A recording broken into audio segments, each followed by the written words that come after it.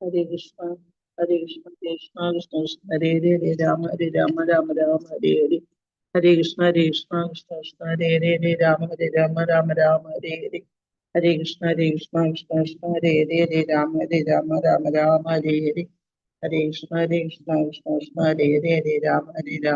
Rama, Hare Hare. Hare Krishna, Hare Krishna, Krishna Krishna, Hare Hare, Hare Rama, Hare Rama, Rama Rama, Hare Hare. Hare Krishna, Hare Krishna, Krishna Krishna, Hare Hare, Hare Rama, Hare Rama, Rama Rama, Hare Hare. Hare Krishna, Hare Krishna, Krishna Krishna, Hare Hare, Hare Rama, Hare Rama, Rama Rama, Hare Hare. Hare Krishna, Hare Krishna, Krishna Krishna, Hare Hare, Hare Rama, Hare Rama, Rama Rama, Hare Hare. Hare Krishna, Hare Krishna, Krishna Krishna, Hare Hare, Hare Rama, Hare Rama, Rama Rama, Hare Hare. Hare Krishna, Hare Krishna, Krishna Krishna, Hare Hare, Hare Rama, Hare Rama, Rama Rama, Hare Hare. Hare Krishna, Hare Krishna, Krishna Krishna, Hare Hare, Hare Rama, Hare Rama, Rama Rama, Hare Hare. Hare Krishna, Hare Krishna, Krishna Krishna, Hare Hare, Hare Rama, Hare Rama, Rama Rama, Hare Hare. Hare Krishna, Hare Krishna, Krishna Krishna, Hare Hare, Hare Rama, Hare Rama, Rama Rama, Hare Hare. Hare Krishna, Hare Krishna, Krishna Krishna, Hare Hare, Hare Rama, Hare Rama, Rama Rama, Hare Hare. Hare Krishna, Hare Krishna, Hare Hare, Hare Rama, Hare Rama, Rama Rama, Hare Hare. Hare Krishna, Hare Krishna, Pranamam. Hare Krishna, Hare Krishna, Prabhuji, Pranamam, Prabhuji. Hare Krishna, എല്ലാവർക്കും പ്രണാമം. ഹരേ കൃഷ്ണ. പ്രണാമം. ഹരേ കൃഷ്ണ പ്രഭുജി. ഹരേ കൃഷ്ണ മാതാജി. ഹരേ കൃഷ്ണ, പ്രണാമം. പ്രാർത്ഥനയിലേക്ക് അടക്കാം. ഓം നമോ ഭഗവതേ വാസുദേവായ, ഓം നമോ ഭഗവതേ വാസുദേവായ, ഓം നമോ ഭഗവതേ വാസുദേവായ.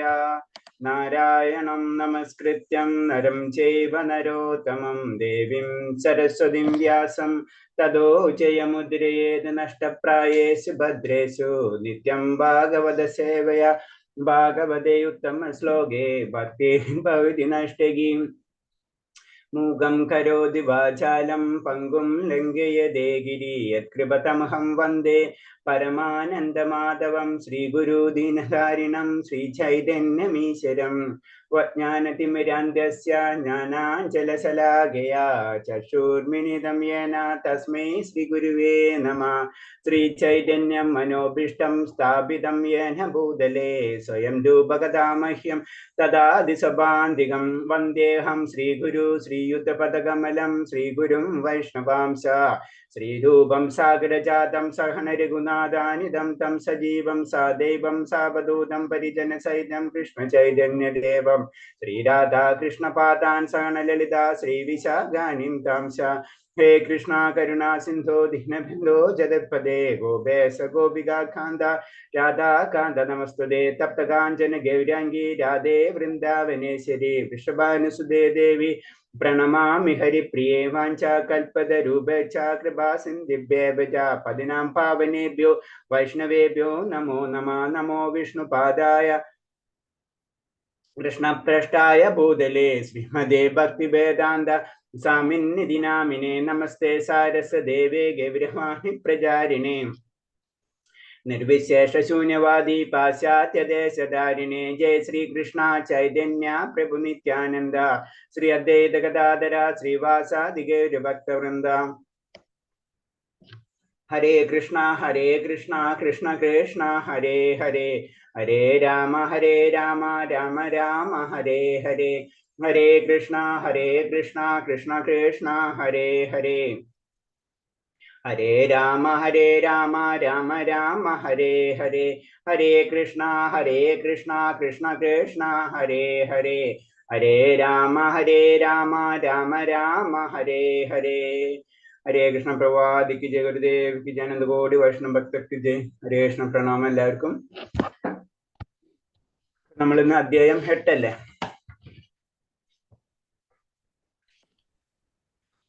അതെ പ്രഭുജി. ഹരേ കൃഷ്ണ. നമ്മള് അതിന്റെ ക്വസ്റ്റ്യൻസ് ഇട്ടിട്ടുണ്ടല്ലോ അല്ലെ? നമ്മള്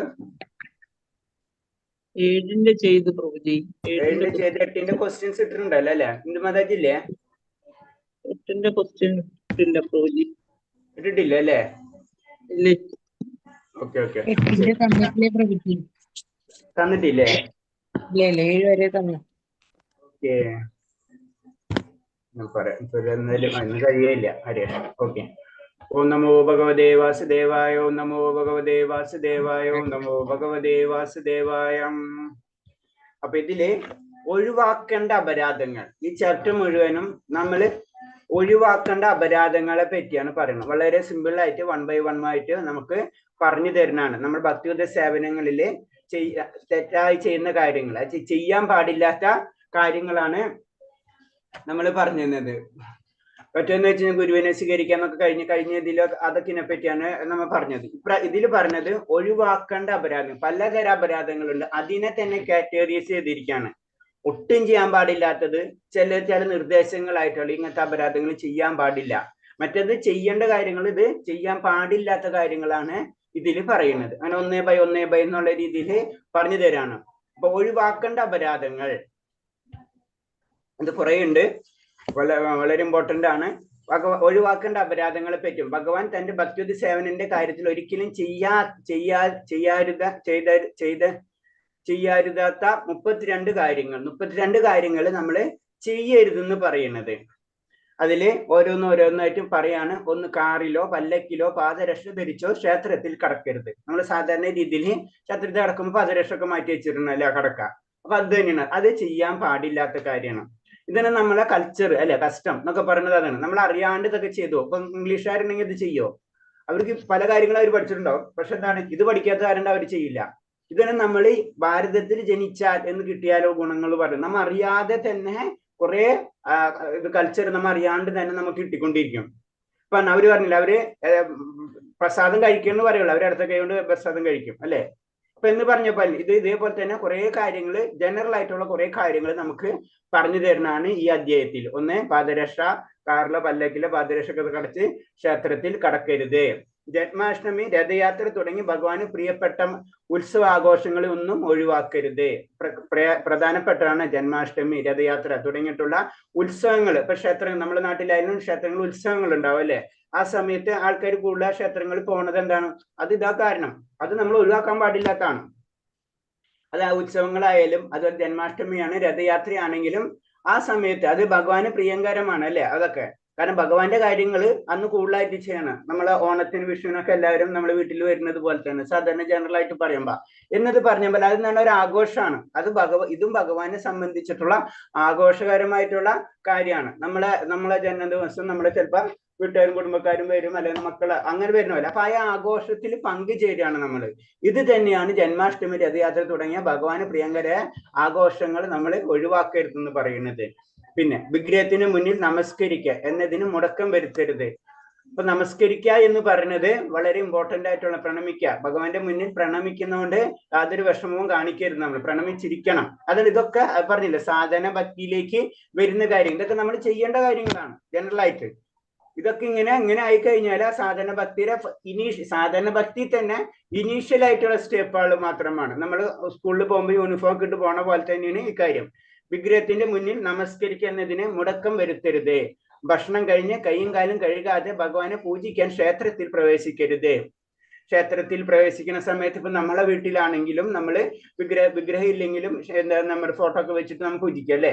ആ പൂജ ചെയ്യുന്ന സമയത്ത് നമ്മൾ കുറച്ച് നേരം അടുക്കളയിൽ പോയിട്ട് കുറച്ച് പണി ചെയ്തിട്ട് അങ്ങനത്തെ ഓടി അത് ചെയ്യാൻ പാടില്ല, മനസ്സിലായി? അല്ലെങ്കിൽ പുറത്ത് പോയിട്ട് അങ്ങനൊന്നും നമ്മൾ ചെയ്യാൻ പാടില്ല. കാരണം കൈയും കാലും കഴുകാതെ ഭഗവാനെ പൂജിക്കാൻ ക്ഷേത്രത്തിൽ അതുപോലെ തന്നെ ഭക്ഷണം കഴിഞ്ഞിട്ടാണെങ്കിലും നമ്മൾ ഏതൊരു ചെയ്താലും അത് പരിശുദ്ധമായിട്ടായിരിക്കണം എല്ലാ കാര്യങ്ങളും. ഭഗവാന്റെ എല്ലാ കാര്യം നമ്മൾ ബാഹ്യവും ആന്തരികവുമായിട്ടുള്ള പരിശുദ്ധി ഉണ്ടായിരിക്കണം. വളരെ സിമ്പിൾ കൺസെപ്റ്റ് ആണ്. ഭഗവാന്റെ അടുത്ത് പോകുമ്പോ ഭഗവാന് ഉപയോഗിക്കുന്ന ഒരു പുഷ്പമാണെങ്കിൽ അത് കംപ്ലീറ്റ് നമ്മൾ കറക്റ്റായിട്ട് ചെക്ക് ചെയ്തിട്ട് വേണം നമ്മൾ ചെയ്യണമെങ്കിൽ. അതുപോലെ തന്നെ ഭഗവാൻ ഉപയോഗിക്കുന്ന പാത്രങ്ങളാണെങ്കിൽ, ഭഗവാൻ ഉപയോഗിക്കുന്ന അലങ്കാരങ്ങളാണ്, ഭഗവാൻ ഉപയോഗിക്കുന്ന ഡ്രസ്സുകൾ എന്താണെങ്കിലും ഏറ്റവും പരിശുദ്ധമാക്കാൻ വേണ്ടി നമ്മൾ ശ്രമിച്ചുകൊണ്ടിരിക്കുകയാണ്. അത് നമ്മളെ തന്നെ ഒന്ന് വെച്ച് കമ്പയർ ചെയ്താൽ മതി.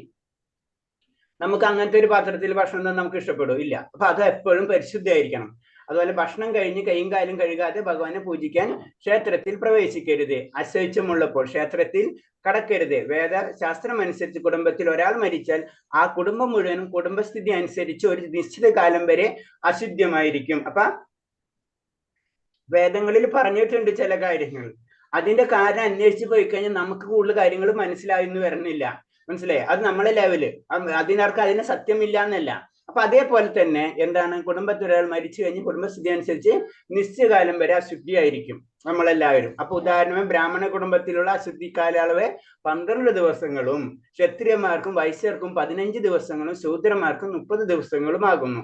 അപ്പൊ അത് കഴിഞ്ഞിട്ട് വേണം നമ്മൾ ക്ഷേത്രത്തിൽ പോകാൻ വേണ്ടി. അത് ആ സമയത്ത് സാധാരണ രീതിയിൽ നമ്മൾ പറയല്ലേ, പുലയുള്ളപ്പോൾ ക്ഷേത്രത്തിൽ കടക്കരുതെന്ന് പറയും. അതാണ് അതിന്റെ ഒരു രീതി.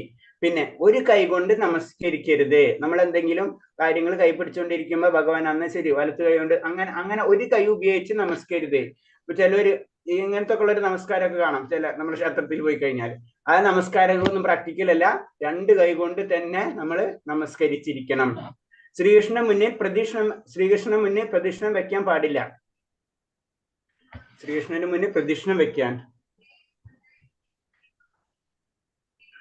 ശ്രീകൃഷ്ണന്റെ മുന്നിൽ പ്രദക്ഷിണം വെക്കാൻ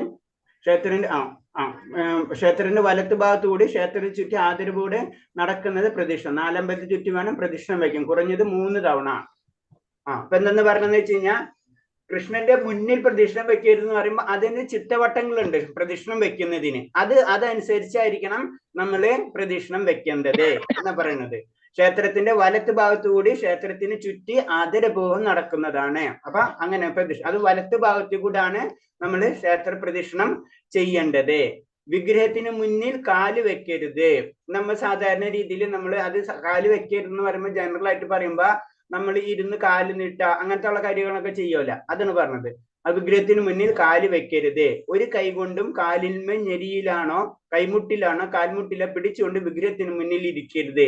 ഇരിക്കുന്ന സമയത്ത് നമ്മൾ അറിയാം, ചിലപ്പോൾ 2 കൈ പിറകിലൊക്കെ ഇട്ട് അങ്ങനത്തെ പല രീതിയിൽ നമ്മൾ ഇരിക്കും അല്ലെ.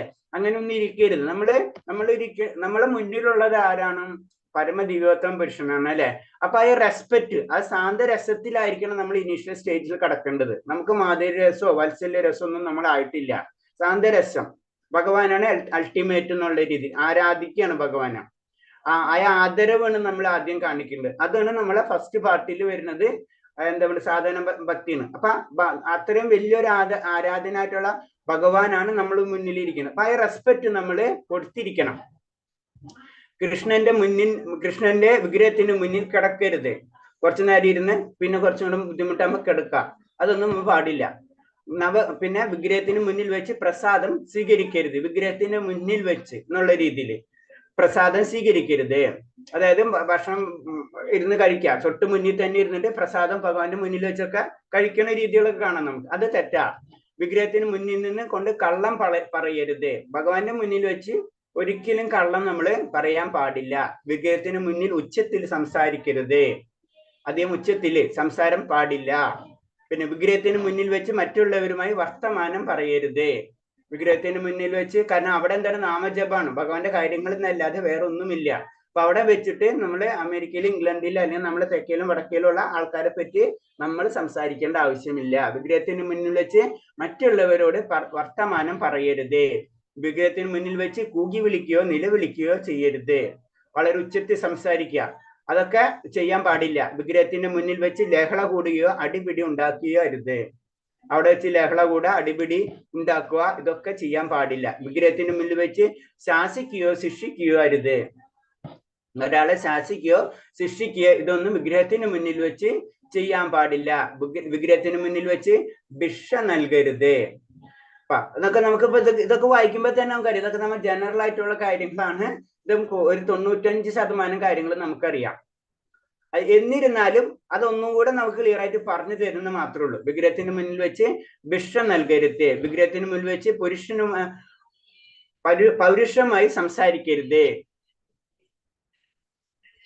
നമ്മുടെ ദേഷ്യം വിഗ്രഹത്തിന് മുന്നിൽ വെച്ച് തീർക്കരുത്. ചുരുക്കി പറഞ്ഞു കഴിഞ്ഞാൽ കമ്പിളി പുതപ്പ് ധരിച്ച് വിഗ്രഹത്തിന് മുന്നിൽ ചെല്ലരുത്. അത് നോർത്ത് ഇന്ത്യൻസിനെ വെച്ച് പറയുന്നതാണ്. കാരണം എന്ന് വെച്ചാൽ അവർ തണുപ്പുള്ള സ്ഥലങ്ങളാണ്. അപ്പൊ അവര് കുറെ ദിവസങ്ങളായിട്ട് ചിലപ്പോൾ കമ്പിളി പുതപ്പൊന്നും ഡെയിലൊന്നും കഴുകാൻ പറ്റില്ല അല്ലെ.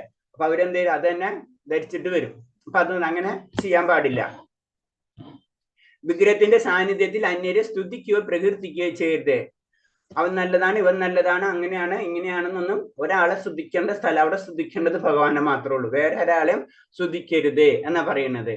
വിഗ്രഹത്തിന് മുന്നിച്ച് അസഭ്യ ഭാഷണം ചെയ്യരുത്. തെറ്റായിട്ടുള്ള സംസാരങ്ങൾ അല്ലെ. അപ്പൊ അങ്ങനത്തെ കാര്യങ്ങളൊന്നും വിഗ്രഹത്തിന്റെ മുന്നിൽ വെച്ച് ചെയ്യരുത്. വിഗ്രഹത്തിന് മുന്നിൽ വെച്ച് അധോമുഖവായു ബഹിർഭവിക്കരുത്. വിഗ്രഹത്തിന് മുന്നിൽ വെച്ച് അധോമുഖവായു ബഹിർഭവിക്കരുത്. അപ്പൊ അതിന് പറഞ്ഞത് നമ്മള് അതിന് സാത്വികമായിട്ടുള്ള ഭക്ഷണങ്ങളും കാര്യങ്ങളും ഇതൊക്കെ ജീവിതത്തില് ദിനചര്യയിലേക്ക് നമ്മൾ എപ്പോഴും കൊണ്ടുപോകണം എന്ന് പറഞ്ഞത്. അവരവരുടെ കഴിവിനനുസരിച്ച് ഭഗവാന് എന്തെങ്കിലും സമർപ്പിക്കുന്ന കാര്യം മറക്കരുത്. അമ്പലത്തിൽ പോകുമ്പോ കൈ വീശി പോവരുത്. അതിന്റെ അർത്ഥം ഇല്ലയോ പൂവോ കായോ ജലമോ എന്തും ഭഗവാന് സമർപ്പിക്കാമെന്നും അതിൽ ഭഗവാൻ തൃപ്തനാണെന്ന് ഭഗവതിയിൽ പറയുന്നു അല്ലെ. നമുക്കറിയാം പത്രം പുഷ്പം ഫലം തോയം യോമി ഭക്തി പ്രയച്ച് എന്ന് ഭഗവാൻ പറയുന്നുണ്ട് അല്ലെ. അതെന്നാ ശ്രദ്ധിച്ചാൽ അറിയാം. ഒരു കാര്യം ചെയ്യുന്നത് പത്രം പുഷ്പം ഫലം തോയം യോമി ഭക്തി പ്രയച്ചത്. അല്ലെങ്കിൽ ഭഗവാന് പറയായിരുന്നു നിങ്ങൾ എന്ത് സമർപ്പിക്കുന്നത് ഞാൻ എടുക്കായിരുന്നു. പക്ഷെ എന്താണ് ഇവിടെ ഒരു ക്ലോസ് വെക്കാൻ കാരണം? ഇതാണ് നിങ്ങൾ സമർപ്പിക്കേണ്ടതെന്ന് ഭഗവാൻ വളരെ ശ്രദ്ധിച്ച് നമ്മളോട് പറഞ്ഞിരിക്കണം. അല്ലെങ്കിൽ വക്കീലന്മാർക്ക് അതിന്റെ ഉള്ളിൽ പഴുത് കണ്ടെത്തുന്ന പോലെ നമ്മൾ ഇത് പലതും ചെയ്യും. അപ്പൊ ക്ലിയർ ആയിട്ട് ഭഗവാൻ പറയാം എന്നെ എനിക്ക് സമർപ്പിക്കേണ്ടത് ഈ പത്രം പുഷ്പം ഫലം തോയം, അല്ലാണ്ട് ചിക്കനും മട്ടനും ബിരിയാണി ഒന്നും എന്റെ അടുത്ത് സമർപ്പിക്കാണ്ടാന്ന് ക്ലിയർ കട്ട് പറഞ്ഞിരിക്കണം. ഏറ്റവും ഡേഞ്ചറസ് ആയിട്ടുള്ള കാര്യങ്ങളാണ്. നമുക്കറിയാം ദയ, അത് നമ്മളൊക്കെ ഒന്ന് എടുത്തു പോവാന്ന് പറയണു. അതിന് അപ്പൊ ചിലവർ അതും പറഞ്ഞിട്ടുണ്ട്. ചിലവര് അങ്ങനെ പച്ചക്കറി കഴിക്കുന്നത് അതും ജീവനുള്ളതല്ലേ. അത് നമുക്കിപ്പോ അറിയാലേ എന്തുകൊണ്ടാണ് പച്ചക്കറി കഴിച്ചാൽ കുഴപ്പമില്ല എന്ന് പറയുന്നത്.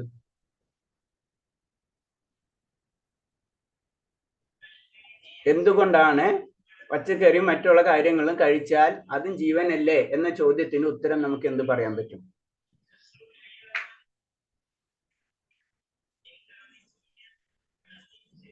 ഹരേ കൃഷ്ണ. സസ്യങ്ങൾ വീണ്ടും നമ്മ മുറിച്ചെടുത്താൽ വീണ്ടും മുളച്ചു വരില്ലേ, അതുകൊണ്ടാ.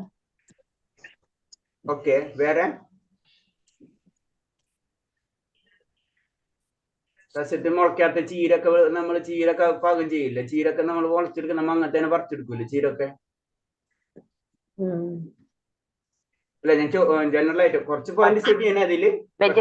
അങ്ങനെ എടുത്ത് ചോദിച്ചു കഴിഞ്ഞാല് എങ്ങനെ എടുത്ത് ചോദിച്ചു കഴിഞ്ഞാൽ എന്താ പറയാ? അതായത് വെജിറ്റബിൾസില് ഒരു സ്വാത്വിക എനർജിയാണുള്ളത്,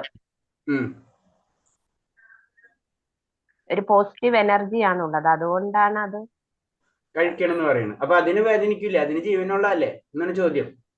ഇപ്പൊ നമ്മൾ മൃഗങ്ങളെ പറയുന്ന വെച്ച് കഴിഞ്ഞാല് കശാപ്പുശാലയില് ഐറ്റങ്ങളെ നമ്മള് പറയുന്ന വെച്ചാൽ വല്ല കാലത്തെങ്കിലും ഈ മാംസം ഉപയോഗിക്കുന്നവർ വല്ല കാലത്ത്, പ്രത്യേകിച്ച് മാംസം ഉപയോഗിക്കുന്നവർ അറക്കണ സമയത്ത് ഒന്ന് ചെന്ന് കാണണം. അതോടുകൂടി നിർത്തും, പിന്നെ അവൻ ചെയ്തത് കഴിക്കില്ല. മനസ്സിലായി? ഇത് റെഡിമെയ്ഡ് ആയിട്ട് കിട്ടുന്ന കാരണം കൊണ്ടാണ് പലരും കഴിക്കുന്നത്. അവിടെ ചെന്നൊന്ന് കാണാം മരണത്തിന്റെ വിഷമം ആ ജീവജാലങ്ങൾ അനുഭവിക്കുന്നത്, ആ ജീവി അനുഭവിക്കുന്നത്. അപ്പൊ മരണത്തിന്റെ വിഷമം അനുഭവിക്കുകയാണ്.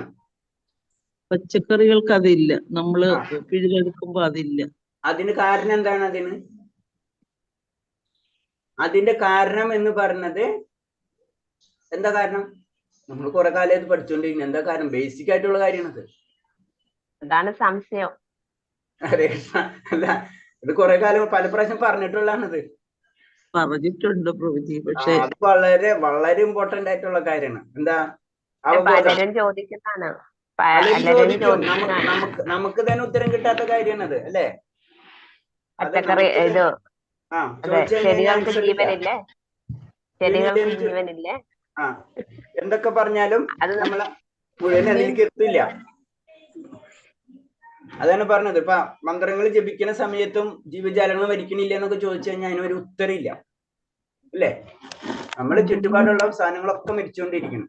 അപ്പൊ ഇതിലും പച്ചക്കറികളുടെ കാര്യം പറയുമ്പോൾ അവബോധം എന്നുള്ള അവസ്ഥയാണ്. നമുക്കറിയാം നമ്മളെ പോലെ 3 അവബോധത്തിനെ 3ആയിട്ട് തിരിച്ചിട്ടുണ്ട് ഇല്ലേ? 3ആയിട്ട് അവബോധത്തെ നമ്മൾ തിരിച്ചിട്ടില്ലേ?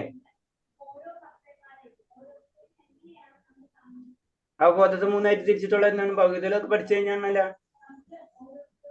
അവബോധത്തെ 3ആയിട്ട് തിരിച്ചിട്ടുള്ളത് പക്ഷിമൃഗാദികൾക്ക് ഒരു അവബോധം, മനുഷ്യർക്ക് ഒരു അവബോധം, ജീവജാലങ്ങൾക്ക് വേറൊരു അവബോധം. നാരദ മഹർഷി നമ്മളെ എക്സാമ്പിള് കാർത്തിക മാസം ഇല്ലേ? കാർത്തിക മാസത്തില് നാരദ മഹർഷി ശപിക്കുന്ന ഒരു കഥയില്ലേ? ഏതാ കഥ? മണിഗ്രീവനെയും പിന്നാരിന്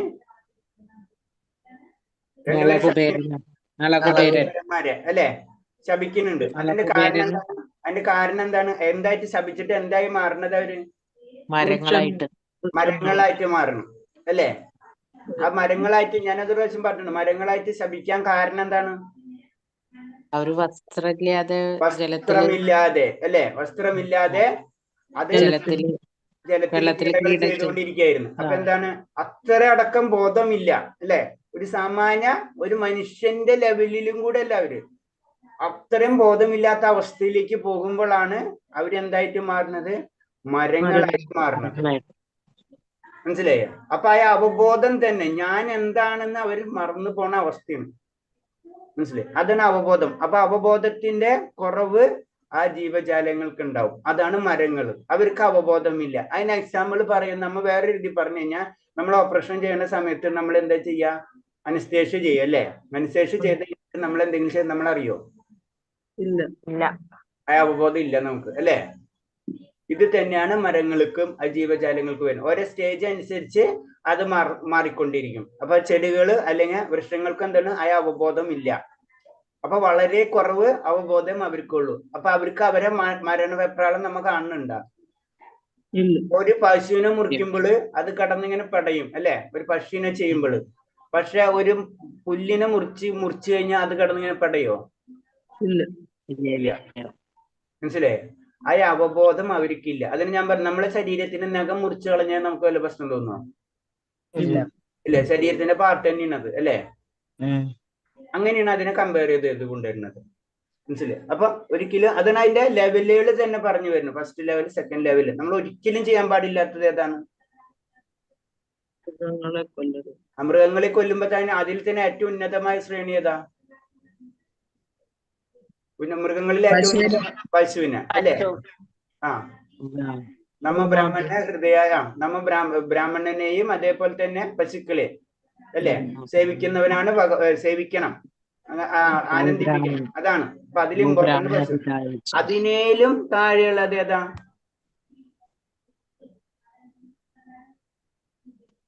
അതിനേലും താഴത്തെ ലെവലിലേക്ക് പോകുമ്പോൾ പക്ഷികളായി, പക്ഷിമൃഗാദികളായി, കോഴി, അങ്ങനത്തെ കാര്യങ്ങളായി. അതിനേലും താഴത്തേക്ക് പോകുമ്പോഴാണ് മറ്റുള്ള ജീവജാലങ്ങൾ എല്ലാതും വരുന്നത്. അപ്പൊ അതിന്റെ ലെവല് താഴ്ത്തിക്കൊണ്ട് നമ്മള് താഴ്ത്താണ് ചെയ്യുന്നത്. ഹരേ കൃഷ്ണ. പറഞ്ഞാണ്. അപ്പൊ അത് വളരെയധികം ശ്രദ്ധിക്കണം. ഓക്കെ. അപ്പൊ ഭഗവാൻ പറയുന്നത് തന്നെ ഇലയോ പൂവോ കായോ ജലമോ എന്തും സമർപ്പിക്കാനും. അപ്പൊ ക്ലിയർ കട്ട് ഭഗവാൻ, അല്ലെങ്കിൽ നമ്മൾ ഇതൊക്കെ ചെയ്യുന്ന അറിയാം. അത് കാരണം കൊണ്ട് ഭഗവാൻ നേരിട്ട് കൊണ്ട് പറഞ്ഞിരിക്കുകയാണ്, ഇതാണ് എനിക്ക് സമർപ്പിക്കേണ്ടത്. സമർപ്പിക്കാന്ന് പറഞ്ഞു കഴിഞ്ഞാൽ ഭഗവാൻ അങ്ങനെ, പിന്നെ നമ്മുടെ നാട്ടിലത്തെ കാര്യങ്ങൾ അതാണല്ല, ഇത് പറഞ്ഞിട്ടില്ല, അപ്പൊ ഇത് ചെയ്താൽ എന്താ? അപ്പൊ ഭഗവാൻ അതും കൂടെ നമുക്ക് പറഞ്ഞു തന്നിട്ട് ഇതാണ് എനിക്ക് ചെയ്യേണ്ടത്. അതിന്റെ അർത്ഥം ഭഗവാൻ അത് ചെയ്യണമെങ്കിൽ നമ്മളും അതാണ് ചെയ്യേണ്ടത്. പിന്നെ കൂടുതൽ സയൻസ് പരമായിട്ട് നമ്മൾ ചിന്തിക്കേണ്ടത്, ഭഗവാൻ എന്താണ് സമർപ്പിക്കുന്നത് അതാണ് നമ്മൾ കഴിക്കുന്നത്. അപ്പൊ ഭഗവാൻ കഴിക്കേണ്ട കാര്യം ഭഗവാൻ പറഞ്ഞു തന്നിട്ടുണ്ട്, അത് നമ്മൾ ഉപയോഗിക്കുക. ഇലയോ പൂവോ കായോ ജലമോ. ഓക്കെ. അതിനാൽ ഭഗവാൻ തൃപ്തനാണെന്ന് ഭഗവതിയിൽ പറയുന്നു. ഈ പദ്ധതി സാർവത്രികമായി അംഗീകരിക്കപ്പെട്ടിട്ടുണ്ട്. ഏറ്റവും ദരിദ്രന് പോലും ഇത് ബാധകമാണ്. ഒരു ഭഗവാനെ ഒരു ദരിദ്രന് വെള്ളം കൊടുക്കാൻ പറ്റും അല്ലെ. അപ്പൊ നമ്മൾ അത് സേവനാണ് അല്ലെ. അപ്പൊ എന്റെ ഉള്ളിൽ ഭഗവാൻ എന്തെങ്കിലും ചെയ്യണം എന്ന് പറഞ്ഞാൽ ആ സേവനാണ് ചെയ്യുന്നത്. വെറും കൈയോടെ ഭഗവാനെ ആരാധിക്കാൻ പോകരുത്. അതേസമയം സമ്പന്നന്മാർ അവരുടെ കഴിവിനൊത്ത് ഭഗവാൻ എന്തെങ്കിലും സമർപ്പിക്കാൻ വിലപ്പെടുപ്പുള്ള ആഭരണങ്ങൾ കൊടുക്കണം. മുകേഷ് അംബാനി ഭഗവാൻ എന്താ കൊടുത്തത്? ഗുരുവായൂര്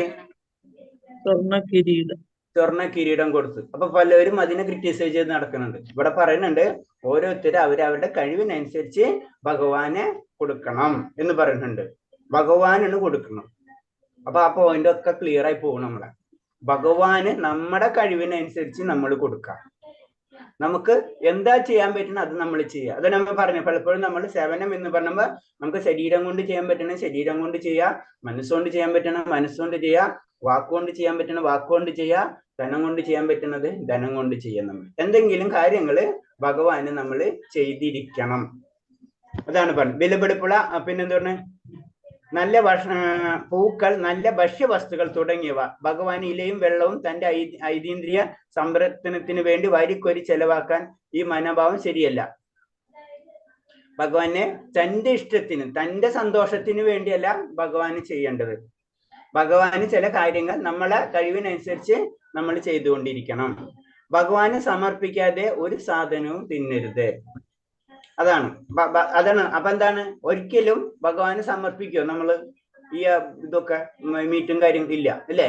അപ്പൊ അവിടുന്ന് അത് ക്ലിയർ ആയി. എന്താണ് ഭഗവാന് സമർപ്പിച്ചത്? അതാണ് പ്രസാദം കഴിക്കാൻ പറയുന്നത്.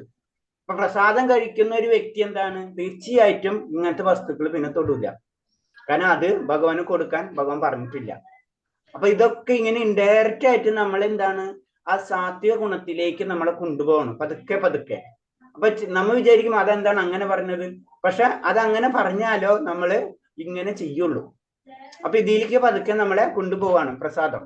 അപ്പൊ ഇതിന് ഒരു വാക്കെടുത്തു കഴിഞ്ഞാൽ, ഒരു പോയിന്റ് എടുത്തു കഴിഞ്ഞാൽ അതിന് പലതരം മീനിങ്ങൾ ഉണ്ടാവും. അപ്പൊ അത് ഞാൻ പറഞ്ഞു, ഇപ്പൊ കണ്ണുപൊട്ടൻ പിടിക്കണ പോലെയാണ്. ഏതിനെ? ആനനെ പിടിക്കണ പോലെയാണ്. പലരും പലതായിട്ട് തോന്നും, പക്ഷെ സത്യം അത് ആന തന്നെയാണ്. അപ്പൊ അത് അറിവുള്ളവർക്കറിയാം.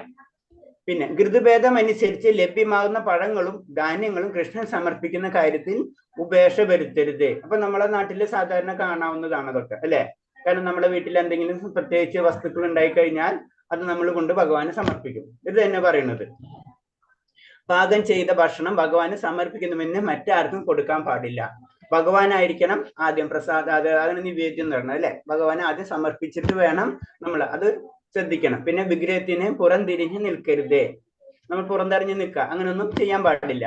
നിശബ്ദമായി പ്രാർത്ഥിച്ചു കൊണ്ടാവരുത് ആത്മീയ ആചാര്യനെ വണങ്ങുന്നത്. അതായത് ആത്മീയാചാര്യനെ പ്രണയിക്കുമ്പോൾ പ്രാർത്ഥന വാക്കുകൾ ഉറക്കെ പറയണം. നമ്മൾ അതായത് ഓരോ ആചാര്യന്മാർക്കും ഒരു പ്രണവ മന്ത്രം ഉണ്ടെന്നാ പറയണം. നമുക്കൊരു ദീക്ഷാഗുരു വന്നു കഴിഞ്ഞാൽ ആ ദീക്ഷാഗുരുവിന് മന്ത്രമുണ്ട്, പ്രണമിക്കണ മന്ത്രമുണ്ട്. അപ്പൊ അദ്ദേഹത്തെ കാണുമ്പോൾ ആ മന്ത്രം നമ്മൾ ഉരുവിടുന്ന പറയുന്നത്. അതാണ് പ്രണവ മന്ത്രം എന്ന് പറയുന്നത്. ഓരോരുത്തർക്കും ഭഗവാനുണ്ട്, എല്ലാവർക്കും പ്രണവ മന്ത്രങ്ങളുണ്ട്. നമ്മൾ പ്രണമിക്കുമ്പോ സമയത്ത് ആ മന്ത്രം നമ്മൾ ഉരുവിടുന്ന പറയുന്നത്. ആത്മീയ ആചാര്യന്റെ സാന്നിധ്യത്തിൽ സ്തുതി വചനങ്ങൾ പറയണം. ആത്മീയ സാന്നിധ്യത്തിൽ സ്തുതി വചനങ്ങൾ പറയണം. ആത്മീയാചാര്യന്റെ മുന്നിൽ വെച്ച് ആത്മപ്രശംസ നടത്തരുത്. എനിക്കതറിയാം, ഇതറിയാം, ഞാൻ അങ്ങനെ ചെയ്തു, ഇങ്ങനെ ചെയ്തു, ഞാനില്ലെങ്കിൽ ഈ പ്രസ്ഥാനം തന്നെ തകർന്നു പോയേനെ എന്നുള്ള ഒരു സംസാരം ഉണ്ടല്ലോ, അതാണ് ആത്മപ്രശംസ എന്ന് പറയുന്നത്. അത് നടത്തരുത്. ഞാനില്ലെങ്കിലും ഈ ലോകത്തിനൊന്നുമില്ല. അതെപ്പോഴും നമുക്കറിയാവുന്നതാണ്. ഞാനില്ലെങ്കിൽ ഈ ലോകത്തിനൊന്നുമില്ല. എനിക്കാണ് ഈ ലോകത്തിന് ആവശ്യം. വേറെ ഇവിടെ ഒരു സംഭവം മാറ്റം നടക്കാൻ പോണില്ല ഞാനില്ലെങ്കിൽ. വിഗ്രഹത്തിന്റെ മുന്നിൽ നിന്നുകൊണ്ട് അർദ്ധദൈവങ്ങളെ അധിക്ഷേപിക്കരുത്. അപ്പൊ വേറെ ദൈവങ്ങളൊന്നും നമ്മള് അധിക്ഷേപിക്കരുത്. ഇതിന് പുറം ഇപ്പൊ ഇത്രയാണ് 32 കാര്യങ്ങളാണ് ഇതിൽ പറയുന്നത് ആദ്യത്തെ പോയിന്റില്. പിന്നെ അടുത്തത് പറയണം. അടുത്ത പോയിന്റിൽ പറഞ്ഞു ഇതിനു പുറമെ മറ്റും ചെയ്യാൻ പാടില്ലാത്ത കർമ്മങ്ങൾ വരാഹ പുരാണത്തിൽ പറയുന്നുണ്ട്. അപ്പൊ ആദ്യം പറഞ്ഞത് ഏതാണ് പോയിന്റ്സ് നമ്മൾ പറഞ്ഞത്? അപരാധങ്ങൾ അല്ലെ? ചെയ്യാൻ പാടില്ലാത്ത അപരാധങ്ങളാണ് പറഞ്ഞത് 32. ഇനി എന്താണ്? ഇതിനു പുറമെ കർമ്മങ്ങളും ഇതേപോലെ തന്നെ ചെയ്യാൻ പാടില്ലാത്ത മറ്റു കർമ്മങ്ങളും ഉണ്ട് എന്ന് വരാഹ പുരാണത്തിൽ പറയുന്നുണ്ട്. അപ്പൊ അതിൽ പറഞ്ഞത് എന്താണ്? ഇരുട്ടുമുറിയിൽ വെച്ച് വിഗ്രഹത്തെ സ്പർശിക്കരുത്. ഇരുട്ട് വരുമ്പോ ചെന്ന് വിഗ്രഹത്തെ സ്പർശിക്കരുത്. അത് വളരെ സിമ്പിൾ കൺസെപ്റ്റ് ആണ്. നമ്മൾ ചെയ്യുന്ന ഭഗവാൻ അവിടെ ഇരിക്കണ്, ഭഗവാൻ അവിടെ ഉണ്ട്, രാധാറാണി ഉണ്ട്, ഭഗവാനും ഉണ്ട്. അപ്പൊ നമ്മളെ രാത്രി ചെന്ന് നമ്മളെ ആരെങ്കിലും തോണ്ടിയല്ലോ ഞാൻ എന്തിരിക്കും? നമ്മൾ കിടന്നുറങ്ങുന്ന സമയത്ത് അല്ലെങ്കിൽ ഇരുട്ടിച്ചെന്ന് നമ്മളെ അതേപോലെ തന്നെയാണ് ഭഗവാനെ നമ്മളെ അതേപോലെ കണ്ടു കഴിഞ്ഞാൽ നമുക്ക് എല്ലാ കാര്യങ്ങളും ക്ലിയർ ആവും. വിഗ്രഹാരാധന ചിട്ടവട്ടങ്ങൾ ഒന്നും പോലും ഉപേക്ഷിക്കരുത്. വിഗ്രഹം ആരാധിക്കുന്നതിന് ചില നിയമങ്ങളും കാര്യങ്ങളും ഉണ്ട്. അതിൽ നമുക്ക് ഇഷ്ടമുള്ളത് ചെയ്യാൻ, ഇഷ്ടമില്ലാത്തത് ചെയ്യാതിരിക്കുക, അങ്ങനെ ചെയ്യരുത്. അത് നിയമമാണ്. ആ നിയമം നമ്മൾ പാലിച്ചിരിക്കണം. ഏതെങ്കിലും ശബ്ദം ഉണ്ടാക്കിക്കൊണ്ടല്ലാതെ വിഗ്രഹം പ്രതിഷ്ഠിച്ചിരിക്കുന്ന ക്ഷേത്രങ്ങളിൽ കടക്കരുത്. നമ്മൾ ക്ഷേത്രമാണെങ്കിലും നമ്മുടെ വീട്ടിലുള്ള പൂജാ റൂം ആണെങ്കിലും നമ്മൾ എന്താ ചെയ്യണത്? കാരണം എന്ന് വെച്ച് കഴിഞ്ഞാൽ നമ്മൾ തുറക്കുന്ന സമയത്ത് പുറത്തൊരു മണി കെട്ടിട്ടുണ്ടാവും സാധാരണ ജനറലായിട്ട്. ആ മണി അടിച്ചിട്ടാണ് നമ്മൾ അമ്പലം തുറക്കുക. അത് ക്ഷേത്രങ്ങളിൽ അങ്ങനെ തന്നെ. ഇപ്പൊ നമ്മുടെ വീട്ടില് ക്ഷേത്രം പൂജാ റൂം തയ്യാറാക്കി കഴിഞ്ഞാലും നമ്മൾ അങ്ങനെ ചെയ്യേണ്ടത്. അതിന് പറഞ്ഞാൽ നമുക്ക് ഇഷ്ടത്തിന് ഓടിച്ചെന്ന് ഭഗവാനെ തുറക്കടക്കുക അതൊന്നും ചെയ്യാൻ പാടില്ല. അതിനൊരു സിസ്റ്റം ഉണ്ട്. കാലത്ത് ചെയ്ത് പൂജകളൊക്കെ കഴിഞ്ഞു, അതിന്റെ എല്ലാ ചടങ്ങുകളും കഴിഞ്ഞ് കഴിഞ്ഞാൽ അടച്ചു വെക്കുക. അതിന് അടപ്പ് വേണമെന്ന് പറയുന്നത്. വെറുതെ തുറന്നു വെക്കരുത് ഭഗവാന്റെ ഏരിയാസ്. അപ്പൊ അതടച്ചു. പിന്നെ നമുക്ക് തുറക്കേണ്ട സമയം വരുമ്പോ അതിനൊരു സമയങ്ങളുണ്ട്. ആ സമയത്ത് തുറക്കണമെങ്കിൽ തുറക്കാം, അല്ലെങ്കിൽ നമ്മൾ ആ സമയത്ത് തുറക്കാതിരിക്കും. നമ്മൾ ഉച്ചയ്ക്ക് പൂജ ഇല്ലെങ്കിൽ ഉച്ചയ്ക്ക് തുറക്കരുത്. പിന്നെ ഇഷ്ടമുള്ള പൂജ ചെയ്യുക, അടയ്ക്കുക, അങ്ങനെ ചെയ്യരുത്. കാലത്ത് പൂജ ചെയ്യുക, അടച്ചു വെക്കുക. പിന്നെ എപ്പോഴാ തുറക്കണ ആ സമയത്ത് വീണ്ടും മണി അടിച്ചിട്ട് ഭഗവാൻ ഉണർത്തിയതിന് ശേഷം നമുക്ക് ഒന്ന് മണിയില്ലാന്ന് വെച്ച് കഴിഞ്ഞാൽ പതുക്കെ കൈ കൊട്ടാ. അപ്പൊ എന്താണ്, അങ്ങനെ ഉണർത്തണം ഭഗവാനെ. അങ്ങനെയാണ്. പിന്നെയാണ് മന്ത്രങ്ങൾ ചൊല്ലുന്നത്. അങ്ങനെയാണ്. അത് പിന്നെ പുഷ്പങ്ങൾ ആദ്യം ചെയ്യും. പുഷ്പങ്ങളൊക്കെ അർപ്പിച്ച് പിന്നെ ധൂപം സമർപ്പിക്കും. അപ്പൊ അതിനൊരു സിസ്റ്റം ഉണ്ട്. ആ സിസ്റ്റത്തിലേക്കാണ് നമ്മൾ പോകേണ്ടത്.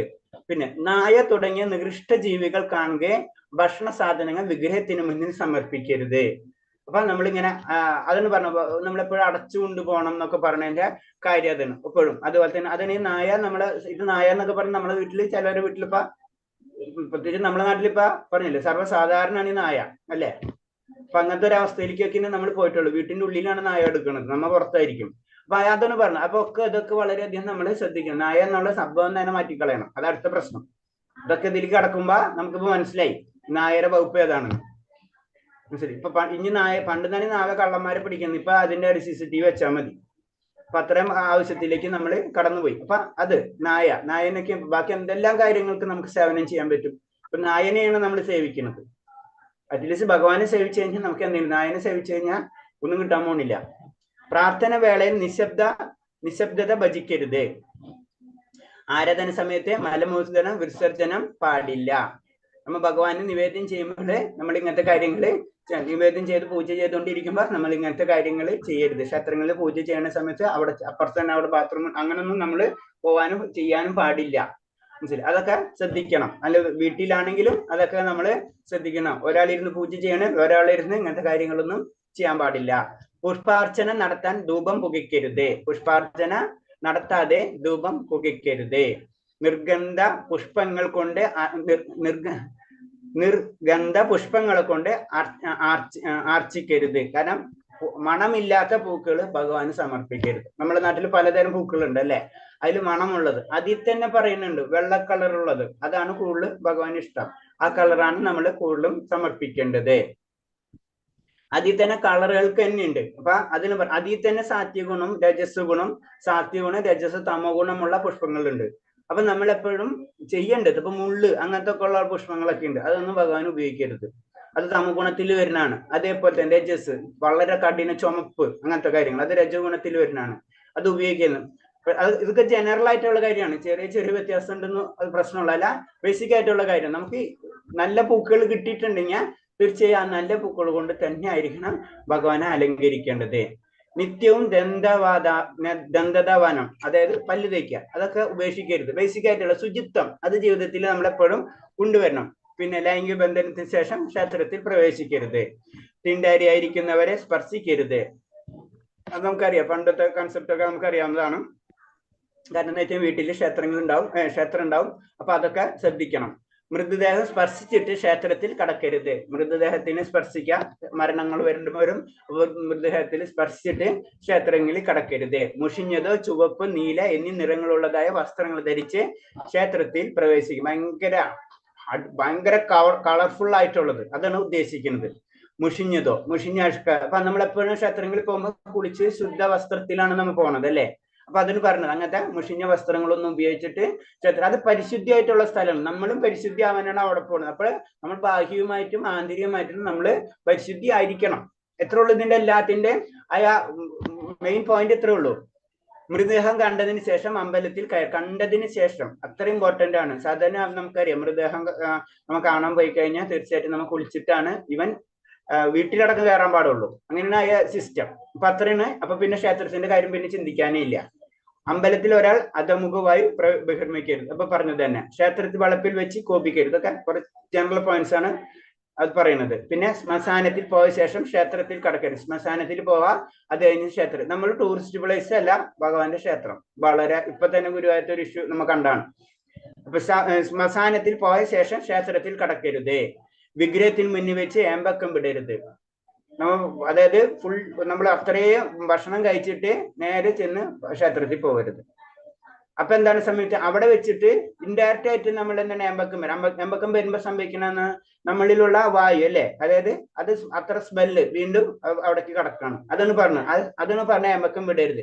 അതിനാൽ ഭക്ഷണം പൂർണ്ണമായി ദഹിക്കുന്നതിന് മുന്നേ ക്ഷേത്രത്തിൽ പ്രവേശിക്കാൻ പാടില്ല. അങ്ങനെ ക്ഷേത്രത്തിൽ പോകണമെന്ന് വെച്ചാൽ 2-3 മണിക്കൂർ ഭക്ഷണം കഴിച്ചിട്ട്, അല്ലെങ്കിൽ ഭക്ഷണം കഴിക്കാതിരിക്കുക, അല്ലെങ്കിൽ ജസ്റ്റ് അതിനെ ടച്ച് ചെയ്യുക. നമ്മളെ ശരീരത്തിന്റെ സ്ഥിതി അനുസരിച്ച് നമ്മൾ കൈകാര്യങ്ങൾ ചെയ്യുക. അപ്പൊ അങ്ങനെയാണ് പറയുന്നത്. അത് കഞ്ചാവ്, മരിജുവാന തുടങ്ങി ഉപയോഗിക്കരുത്. ലഹരി പദാർത്ഥങ്ങൾ ഉപയോഗിച്ചിട്ട് ക്ഷേത്രത്തിൽ കടക്കരുത്. നമുക്കറിയാം ഇപ്പൊ പല ക്ഷേത്രങ്ങളിലും ഇപ്പൊ സുപ്രീം ഹൈക്കോടതിന്റെ ഒരു ജഡ്ജ്മെന്റ് കണ്ടാണ്.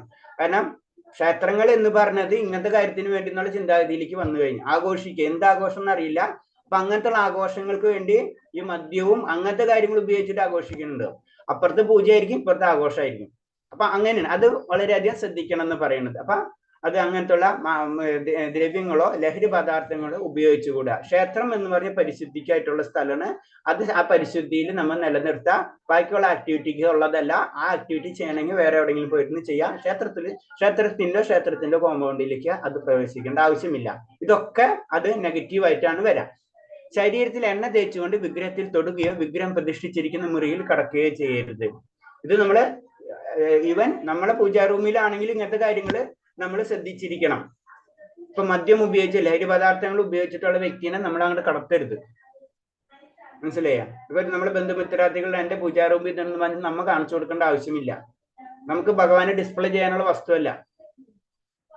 അപ്പോഴും ശ്രദ്ധിക്കുക, ഭഗവാൻ എന്റെ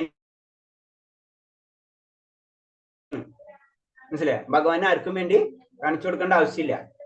അത് വേറെ രീതി പറയുമ്പോൾ നമ്മൾ പറയുന്നുണ്ട്. കാരണം നമ്മളുടെ ഇഷ്ട ദൈവത്തെ നമ്മൾ ആരോടും അത് പ്രകടമാക്കരുതെന്ന് പറയും. അത് പല ലെവലിൽ അത് പറയുന്നു പോകുന്നുണ്ട്. പക്ഷെ നമ്മൾ അങ്ങനെയല്ല പറഞ്ഞത്. ജനറൽ ആയിട്ട് ചെല്ലുമ്പോൾ നമുക്ക് പൂജാ റൂം ഉണ്ടെങ്കിൽ ആ പൂജാ റൂം നമ്മുടെ പൂജാ റൂമാണ് എന്നുള്ള രീതിയിൽ അത് അത്രയും പരിമാവനമായിട്ട് നമ്മൾ സൂക്ഷിക്കണം.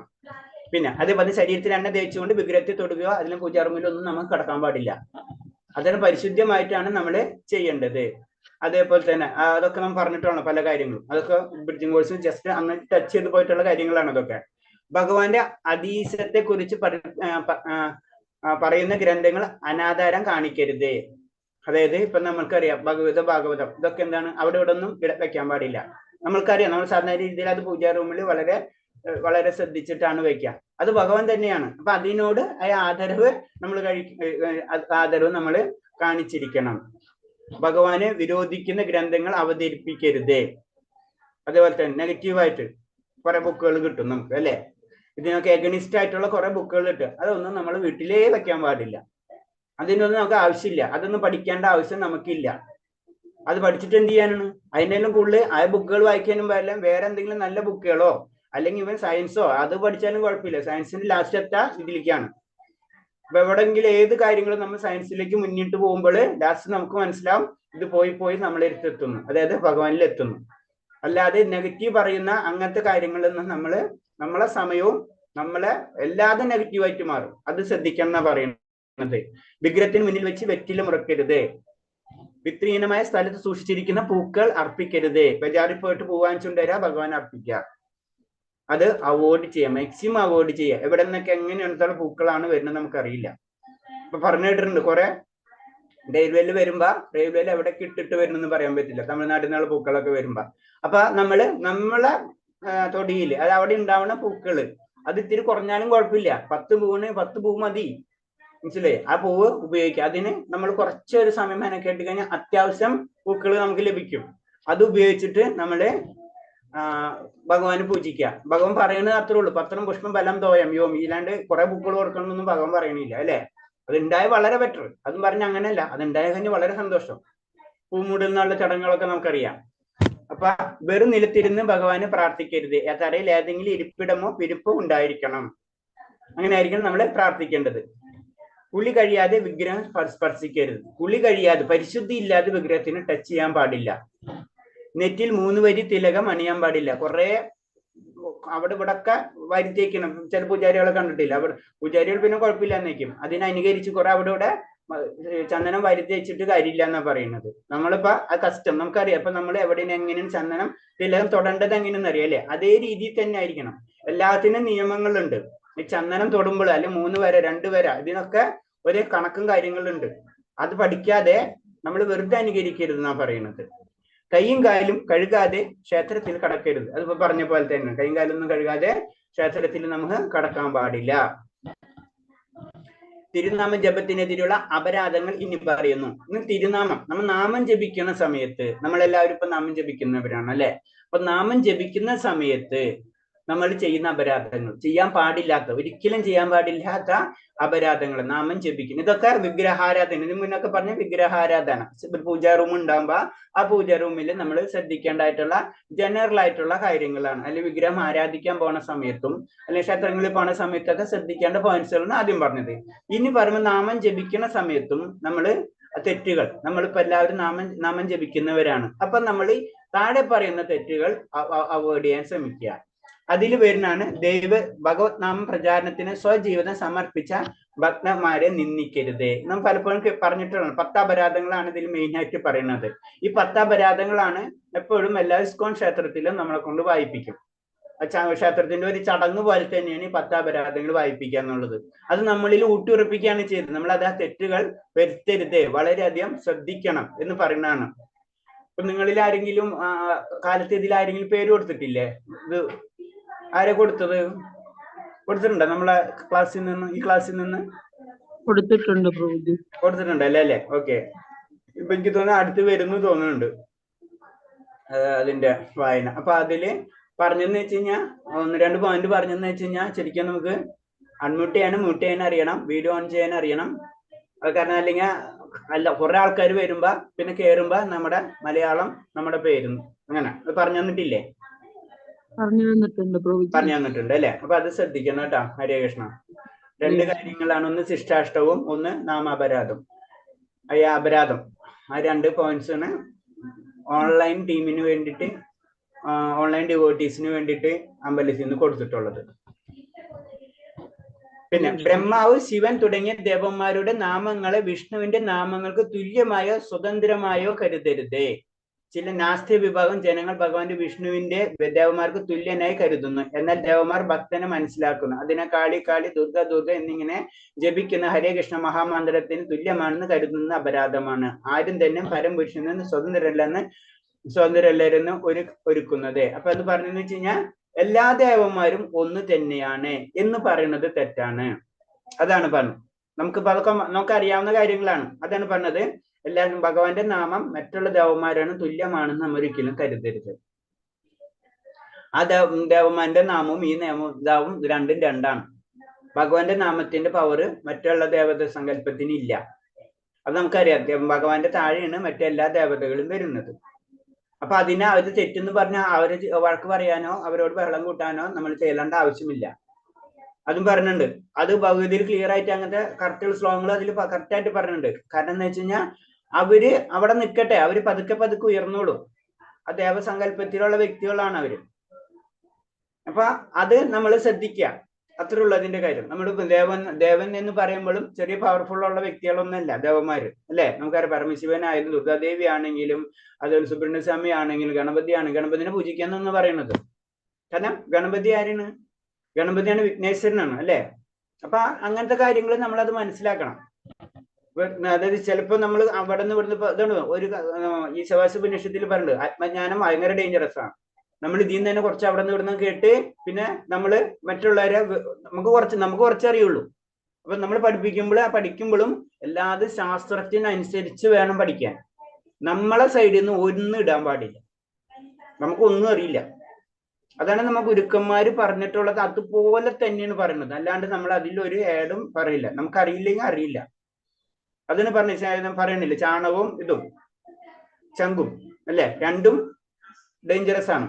പക്ഷെ എന്താണ് സാധാരണ യുക്തിപരമായി ചിന്തിക്കുമ്പോ, വൈദികമായി ചിന്തിക്കുമ്പോ രണ്ടും കറക്റ്റ് ആണ്. ചാണകം ആണെങ്കിലും ശംഖാണെങ്കിലും. പക്ഷെ വേറെ രീതി ചിന്തിച്ചു കഴിഞ്ഞാലോ യുക്തിപരമായിട്ട് ചെയ്യുന്ന രണ്ടും തെറ്റാണ്.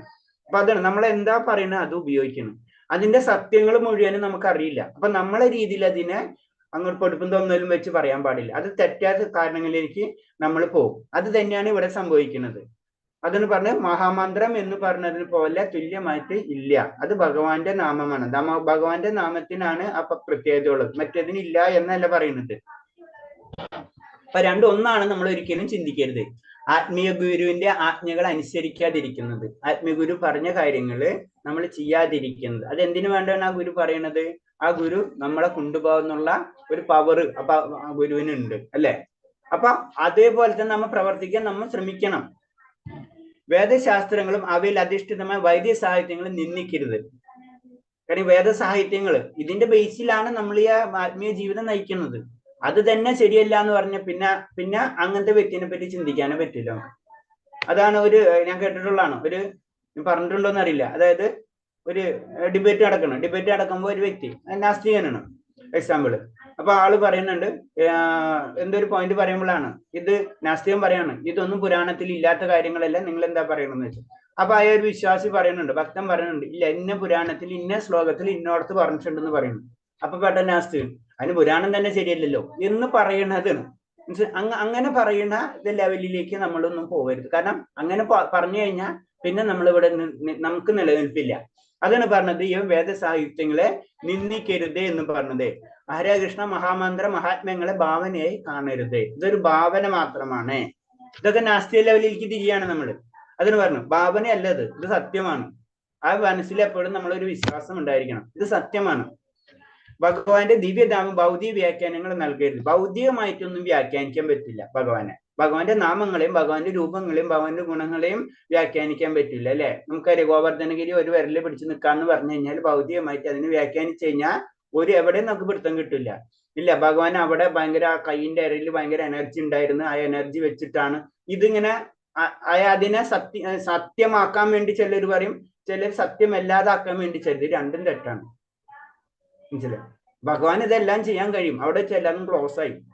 പിന്നെ അല്ല, ഭഗവാൻ എനർജി ഉണ്ടായിരുന്നു, ഭഗവാന് കുറച്ചും കൂടെ പവർ ഉണ്ടായിരുന്നു, മറ്റുള്ളവരെ കൺട്രോൾ ചെയ്യാനുള്ള പവർ ഉണ്ട്. ഇതൊന്നല്ല, ഇത് ഭഗവാനാണ് എല്ലാതും, അവിടെ എല്ലാതും ക്ലോസ് ആവണം. അതാണ് ഭൗതികമായിട്ട് വ്യാഖ്യാനങ്ങൾ ചെയ്യരുതെന്ന് പറയുന്നത്. ഭഗവാന്റെ ദിവ്യനാമങ്ങൾ ജപിക്കുന്നതിന്റെ ബലത്തിൽ പാപം ചെയ്യരുത്. ഇത് വളരെയധികം ശ്രദ്ധിക്കേണ്ടതാണ്. കാരണം നമുക്കറിയാം, നമ്മള് നാമം ജപിക്കുമ്പോ എനിക്ക് കുറച്ച് പവറൊക്കെ കിട്ടിയിട്ടുണ്ടാവും, ഭഗവാൻ എന്റെ കൂടെയാണ്, ഞാൻ ഭഗവാന്റെ നാമം ജപിക്കണല്ലോ, അപ്പൊ ഞാൻ ചില തെറ്റുകൾ ചെയ്താലും ഭഗവാൻ എല്ലാം സഹിച്ചോളും, അല്ലെങ്കിൽ ഭഗവാൻ എല്ലാം നോക്കിക്കോളും. സർവ്വധർമ്മ പരിത്യേജ മാമേക ശരണം വ്രജ എന്ന് പറഞ്ഞിട്ടില്ല ഭഗവാൻ. അത് അവിടെ എത്തുമ്പോഴാണ് ധർമ്മമാണ് പരിത്യജിക്കേണ്ടത്. അതാണ്. അപ്പൊ ഭഗവത് നാമത്തിന്റെ ജപിക്കുന്നതിനാൽ എല്ലാവിധ പാപകർമ്മങ്ങളും മോചിതരാകും എന്ന ബലത്താൽ തുടർന്ന് പാപകർമ്മങ്ങൾ ചെയ്യുകയും പിന്നീട് ഹരേ കൃഷ്ണ മഹാമന്ത്രം ജപിച്ച് അവയെ നിർവീര്യമാക്കാൻ ചെയ്യുന്നത് അപരാധമാണ്. അങ്ങനൊന്നും നമ്മൾ ചെയ്യാൻ പാടില്ല. അതിനൊരു അർത്ഥമില്ലാത്ത അവസ്ഥയിലേക്ക് നമ്മൾ പോകും. ഹരേ കൃഷ്ണ മഹാമന്ത്ര ജപത്തെ വേദങ്ങളിലെ ബലോദിഷ്ട കർമ്മകാണ്ഡം ഒരു മംഗളകരമായ ചടങ്ങായി കരുതരുത്. ഹരേ കൃഷ്ണ മഹാമന്ത്രം ചെയ്തു കഴിഞ്ഞാൽ എനിക്ക് ലോട്ടറി അടിക്കും, അല്ലെങ്കിൽ തന്നെ എനിക്ക് അത് കിട്ടും ഇത് കിട്ടും എന്ന് വെച്ച് ചെയ്യേണ്ട കാര്യമല്ല. ഇത് അടുത്ത ലെവലിലേക്കുള്ള കാര്യമാണ് നമ്മൾ ചെയ്യുന്നത്. അതാണ് പറഞ്ഞത്. അത് വേദങ്ങളിൽ പറഞ്ഞിട്ടുള്ള ഒരു മംഗളകരമായിട്ടുള്ള ചടങ്ങല്ല മഹാമന്ത്ര ജപം. വേദങ്ങളിൽ മംഗളപരമായിട്ടുള്ള അനേകം ചടങ്ങുകളും അനേകം മന്ത്രങ്ങളും പറഞ്ഞിട്ടുണ്ട്. ഇത് അതിന്റെ അപ്പുറമുള്ളതാണ്, അതിക്ക് മേലെ എന്ന് പറയില്ലേ, അതാണ് ഈ സംഭവം. അതാണ് ഹരേ കൃഷ്ണ മഹാമന്ത്രം. നമ്മൾ ഇതൊന്നല്ല നമ്മുടെ ലക്ഷ്യം. അതാണ് പറഞ്ഞത്, അതൊരു മംഗളകരമായിട്ടുള്ള ചടങ്ങായി കരുതരുതേ. അവിശ്വാസിയായ ഒരു വ്യക്തിയുടെ ദിവ്യനാമത്തിന്റെ മഹാത്മ്യങ്ങൾ പറയരുത്. ഒരു വിശ്വാസം ഇല്ലാത്ത വ്യക്തി, പറയുന്നതിന് മുഴുവൻ എതിര് പറയുന്ന വ്യക്തി, നിരീശ്വരവാദിയുടെ എടുത്ത് തന്നിട്ട് ചെന്നിട്ട് നമ്മുടെ എനർജി കളയരുത്. അതാണ് പറഞ്ഞത്. അപ്പൊ ആർക്ക് വേണമെങ്കിൽ നാമം ജപിക്കാം, കുഴപ്പമില്ല. പക്ഷെ എന്നാൽ തുടക്കത്തിൽ ഒരു വ്യക്തിയുടെ നാമത്തിന്റെ അതീന്ദ്ര ശക്തിയെ കുറിച്ച് പറയാൻ പാടില്ല. അതീന്ദ്ര ശക്തിയെ കുറിച്ച് പറയാനേ പാടില്ല. ആ വ്യക്തി അതാണ് പറഞ്ഞത്, നമ്മൾ അറിയാനും അറിയിക്കാനും ഒരു വ്യക്തിക്ക് ആഗ്രഹമുണ്ട് എന്ന് വിചാരിച്ച് സാധാരണ ഭക്തന്മാര് അറിയാൻ ആഗ്രഹമുണ്ട്, അവർക്ക് ആദ്യം നാമം ജപം പറയും. കാരണം നാമം ജപിക്കുക നമ്മൾ ഇപ്പോഴും പറയുന്നത് എന്താണ്, കൂടുതൽ നമ്മൾ ഡീറ്റെയിലേക്ക് പോണതിന് മുന്നേ നമ്മൾ ആദ്യത്തെ ക്ലാസ്സിൽ തൊട്ട് സ്റ്റാർട്ട് ചെയ്യാം. ഭഗവാന്റെ നാമം ജപിക്കും, ഒരു പ്രാവശ്യം ജപിക്കും, 2 പ്രാവശ്യം ജപിക്കും, 3 പ്രാവശ്യം. ഇത് പോയാലോ നമുക്ക് എന്താണ്, കുറച്ച് നമ്മൾ ഭക്തിയിലേക്ക് നമ്മൾ കടക്കുള്ളൂ. അതിനുശേഷം വേണം നമ്മൾ അതീന്ദ്ര ലെവലിലുള്ള കാര്യങ്ങൾ പറയാൻ വേണ്ടി. അല്ലെങ്കിൽ നമുക്ക് അത് അക്സെപ്റ്റ് ചെയ്യാൻ പറ്റില്ല. അത് നമ്മൾ ഇപ്പോഴും പറഞ്ഞ 4 നിന്ന് 8 നമ്മൾ നാമം ജപിക്കണം എന്ന് പറഞ്ഞു, 8 പിന്നെ 16 ആക്കണം എന്ന് പറയുന്നത്. ഒരു 6 മാസമെങ്കിലും നമ്മൾ ഇങ്ങനെ പതുക്കെ 6 മാസം എത്തുന്നതോടുകൂടി നമ്മൾ 16 മാലയിലേക്ക് നമ്മൾ എത്തിയിരിക്കണം.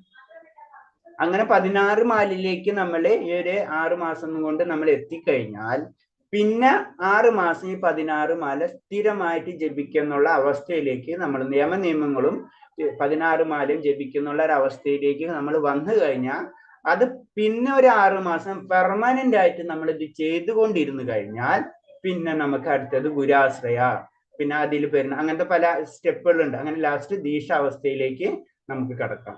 അപ്പോൾ നമ്മൾ എന്താണ് ജീവിതത്തിൽ മുഴുവനും അത് കൊണ്ടുപോകും എന്നുള്ള ഒരു അവസ്ഥ നമ്മളിൽ സംജാതമാകും. അതാണ് അതിന്റെ ഒരു ജനറൽ ആയിട്ടുള്ള ഒരു പ്രോസസ്സാണ് പറയുന്നത്. പിന്നെ പലർക്കും പല രീതിയിൽ വ്യത്യാസങ്ങളൊക്കെ ഉണ്ടാവും, അത് വേറെ കാര്യം. അപ്പം ഇതെന്ന് പറയുന്നത് അവിശ്വാസിയായ ഒരു വ്യക്തിയോട് ദിവ്യനാമത്തിന്റെ മഹാത്മ്യങ്ങൾ പറയരുത്. പിന്നെ ദിവ്യനാമ മഹാത്മ്യങ്ങൾ മനസ്സിലാക്കിയിട്ടും പൂർണ്ണ വിശ്വാസമില്ലാതെ വീണ്ടും ഭൗതിക ആസക്തി പുലർത്തുന്നതും അശ്രദ്ധമായി നാമം ജപിക്കുന്ന അപരാധമാണ്. അപ്പൊ നമ്മള് അശ്രദ്ധമായിട്ട് നാമം ജപിക്കുക, വീണ്ടും ഭൗതിക ആസക്തി പുലർത്തുക, അത് പിടിച്ച് നമ്മളെ വലിച്ചുകൊണ്ടിരിക്കുകയാണ്, അതിനൊരു സംശയമില്ല. അപ്പൊ ഇത് പറയുമ്പോൾ ഇത് പറയണെന്ന് പറയുന്നത് കഴിഞ്ഞാൽ നമ്മൾ ശ്രദ്ധിക്കണം. അപ്പൊ നമുക്ക് അറിയാം, നമുക്ക് എന്തായാലും പ്രത്യേകിച്ച് നമ്മുടെ ഗൃഹസ്ഥന്മാർക്ക് ഭൗതികത ഒഴിച്ചുകൂടാൻ പറ്റാത്തൊരു കാര്യം തന്നെയാണ്, അല്ലെ? അപ്പൊ അത് നമുക്ക് അറിഞ്ഞാലും നമ്മൾ എന്താണ് അതിലേക്ക് വീഴാതിരിക്കുക കൂടുതലും.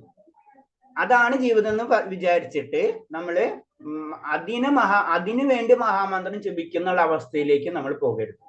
പിന്നെ അതേപോലെ അശ്രദ്ധമായിട്ട് നാമം ജപിക്കുക, അത് നമ്മൾ അവോയ്ഡ് ചെയ്യുക. ഇതൊക്കെ കുറയ്ക്കുക. നമ്മൾ എല്ലാതും നമുക്ക് മുഴുവൻ അനർത്ഥ നിവർത്തി നമുക്കറിയാം, പല ഘട്ടങ്ങളിലുണ്ടെന്ന് അറിയാം നാമജപത്തില്. അപ്പൊ നമ്മൾ അനർത്ഥ നിവർത്തിയിലേക്കെങ്കിൽ എത്താൻ വേണ്ടി നമ്മൾ ശ്രമിച്ചുകൊണ്ടിരിക്കുകയാണ്. വൈഷ്ണവനാണ് അവകാശപ്പെടുന്ന ഓരോ ഭക്തനും ഇത്തരം അപരാധങ്ങൾക്കെതിരെ കരുതലോടെ ഇരിക്കണം, എങ്കിൽ മാത്രം അതിവേഗത്തിൽ പ്രതീക്ഷിക്കുന്ന വിജയം കൈവരും. അപ്പൊ ഇതൊക്കെ നമ്മൾ ഇത്രയും പോയിന്റുകൾ പറഞ്ഞിരുന്നാണ്. ഇത് കരുതലോടെ ഇരിക്കണം, ഇത് നമ്മൾ ശ്രദ്ധിക്കേണ്ട പോയിന്റാണ് എന്നാണ്. നമ്മൾ നാമം ജപിക്കുമ്പോൾ ഇങ്ങനത്തെ കാര്യങ്ങൾ നമ്മൾ ചെയ്യാനേ പാടില്ല. ആചാര്യന്മാരെ നിന്ദിക്കുക, അങ്ങനത്തെ വലിയ വലിയ ആചാര്യന്മാരുണ്ടല്ലോ, ഇത് ജീവിതം മുഴുവനും സന്യാസിവര്യന്മാര്, അവരൊക്കെ ജീവിതം മുഴുവനും നമ്മളൊന്നും ചെയ്തിട്ടില്ല. അപ്പൊ നമുക്ക് അവരെ പോലെ എല്ലാവരും കിട്ടണമെന്ന് പറഞ്ഞാൽ ശരിയാവാം. ഒന്നും പഠിക്കാത്ത ഒരു കുട്ടിക്ക് 100-ൽ 100 കിട്ടണം എന്ന് പറഞ്ഞു കഴിഞ്ഞാൽ സാധാരണ ലോജിക്ക് തന്നെ ശരിയല്ല, മനസ്സിലായേ? അപ്പൊ അതാണ് പറഞ്ഞത്, നമ്മളപ്പ എത്ര താഴെയാണെന്ന് നമ്മൾ ചിന്തിക്കുക. അപ്പൊ അത്തരം വലിയ ആചാര്യന്മാര് ജീവിതം മുഴുവനും ഭഗവാന്റെ നാമത്തിന് വേണ്ടി ഒഴിഞ്ഞു വെച്ചിട്ടുള്ളവരാണ് അവര്. അപ്പൊ അവരൊക്കെ വളരെയധികം നമ്മൾ ശ്രദ്ധിക്കണം. അവരെടുത്താണ് നമ്മൾ ഉത്തമാധികാരികൾ എന്ന് പറയുന്നത്. അല്ലാണ്ട് ശ്രദ്ധിക്കണം, അതും വെച്ചിട്ട് വെറുതെ കാവ്യവാസ്തവം ഇട്ടിട്ട് പല സർക്കസ് കളിക്കണം ചുറ്റുപാടുള്ള പല വ്യക്തികളും നമുക്ക് കാണാം, അറിയാം. അപ്പൊ അവരെ നമ്മൾ ശ്രദ്ധിക്കുകയും വേണം. ഇത് വളരെയധികം ഉണ്ട്, ഇതിൽ എല്ലാത്തിലും ഉണ്ടാവും അത്. അപ്പൊ അങ്ങനത്തെ കാര്യങ്ങൾ നമ്മൾ ശ്രദ്ധിക്കണം. ശരിക്കും ഒരു ആചാര്യനാണെങ്കിൽ തീർച്ചയായിട്ടും നമ്മൾ പ്രണാമം ചെയ്തിരിക്കണം, അതിനൊരു സംശയമില്ല. കാരണം അവരൊക്കെ നമ്മൾ കേട്ട് കഴിഞ്ഞാൽ അവരൊക്കെ കേൾക്കുന്ന ഓരോ ശബ്ദവും അത് നേരിട്ട് കണക്ഷനാണ്. നമുക്ക് കേട്ടാൽ മാത്രം മതി, ഡയറക്റ്റ്. ഭഗവാൻ ബ്രഹ്മാവിനെ എവിടെയാണ് നിർദ്ദേശിച്ചത്? ഹൃദയത്തിലാണ് കൊടുക്കുന്നത്. പറഞ്ഞിട്ടില്ല, ഞാൻ ബ്രഹ്മാവ് ശ്രവിച്ചെന്നല്ല പറഞ്ഞു വേദങ്ങൾ, അല്ലെ? ഭഗവാൻ നേരിട്ട് വേദങ്ങൾ ഹൃദയത്തിലേക്കാണ് കൊടുക്കുന്നത്. ഇതേപോലെ തന്നെയാണ് നമ്മൾ ആചാര്യന്മാരൊക്കെ ആത്മീയമായിട്ടുള്ള കാര്യങ്ങൾ ശ്രമിക്കുമ്പോൾ നമുക്ക് കിട്ടുന്നത് ഹൃദയത്തിലേക്കാണ്. അതാണ് അവരെ അങ്ങനത്തെ നമ്മൾ ഒരിക്കലും കളയരുതെന്ന് പറയുന്നത്. അവരെ സാന്നിധ്യം, അവരായിട്ടുള്ള കാര്യങ്ങൾ മനസ്സിലാക്കാൻ വേണ്ടിയുള്ള കാര്യങ്ങൾ. ഹരേ കൃഷ്ണ. ഇതിലെന്തെങ്കിലും സംശയം ഉണ്ടെങ്കിൽ ചോദിക്കുക. ഇത് ജനറൽ ആയിട്ടുള്ള പോയിന്റ്സുകളാണ്. ക്വസ്റ്റ്യൻസ് വിട്ടില്ല അല്ലേ? നോക്കട്ടെ, ക്വസ്റ്റ്യൻസ് ഉണ്ട്. സംശയം ഉണ്ട് ഇതിൽ വല്ല? വിട്ടിട്ടില്ല.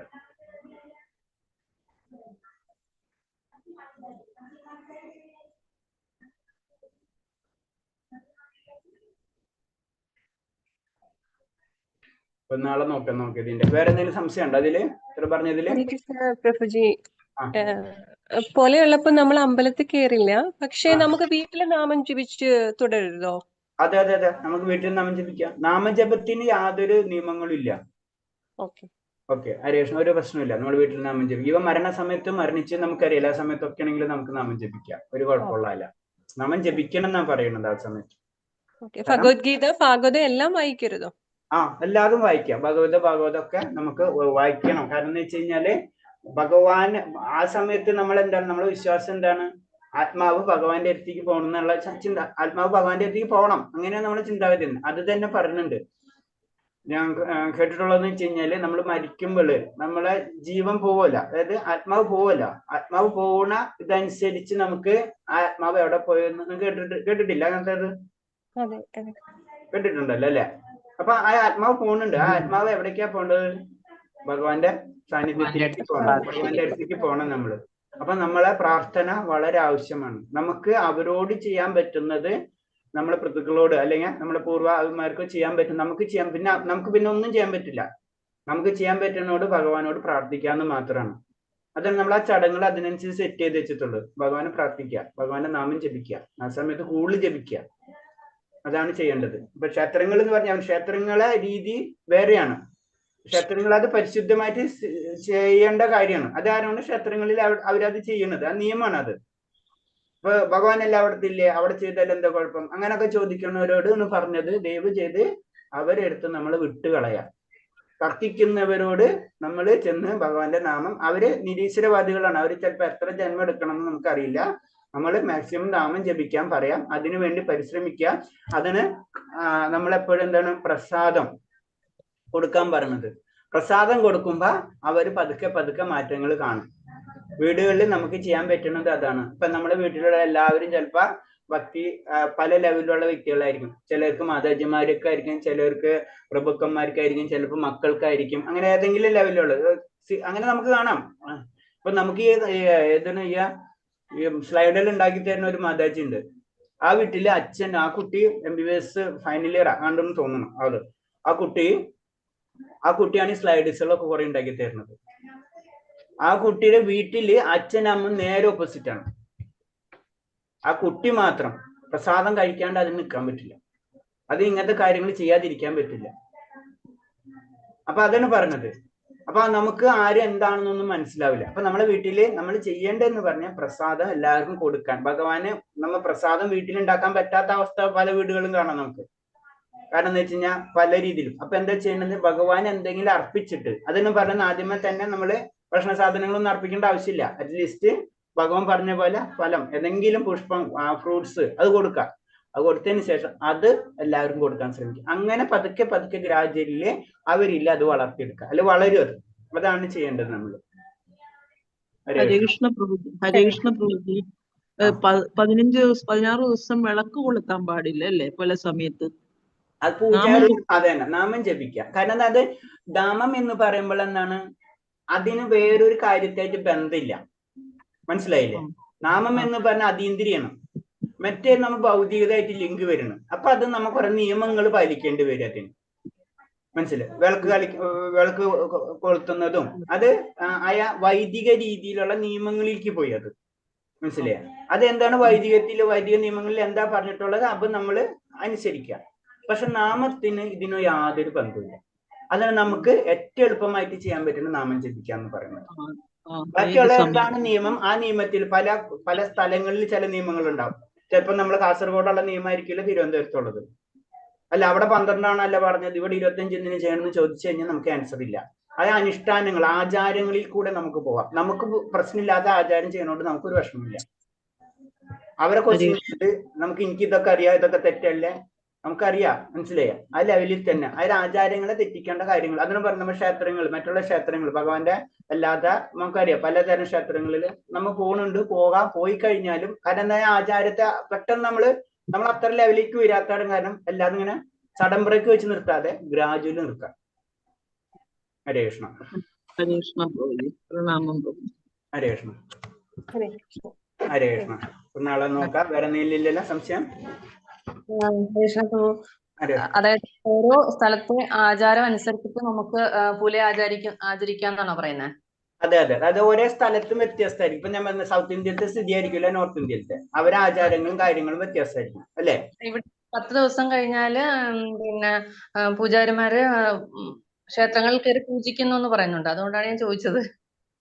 ബ്രാഹ്മണർക്ക് പറയുന്നുണ്ടല്ലോ. അത് ഇത് ജനറൽ ആയിട്ട് കാര്യമാണ്. 10 എന്ന് പറയുമ്പോ 10 എന്നുള്ള നിയമം എല്ലായിടത്തും ബാധകമാവണം എന്നില്ല എന്ന് ഞാൻ പറയുന്നത്. ചിലയിടത്ത് 15 ആയിരിക്കും, ചിലർക്ക് 20 ആയിരിക്കും, ചിലപ്പോൾ 1 മാസമായിരിക്കും, ചിലപ്പോൾ 2 ദിവസമായിരിക്കും, നമുക്കറിയില്ല. പലയിടത്തും ആചാരമായിട്ട് അതിന് ബന്ധം ഉണ്ടാവും.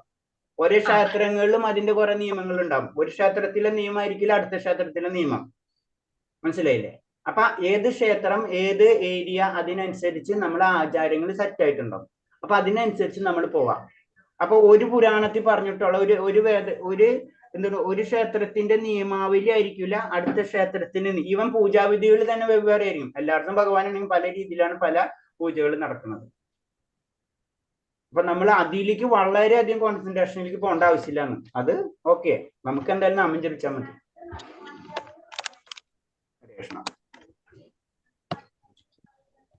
ക്ലിയർ അല്ലേ? ഓക്കെ, നിർത്തിക്കോട്ടെ. ശരി.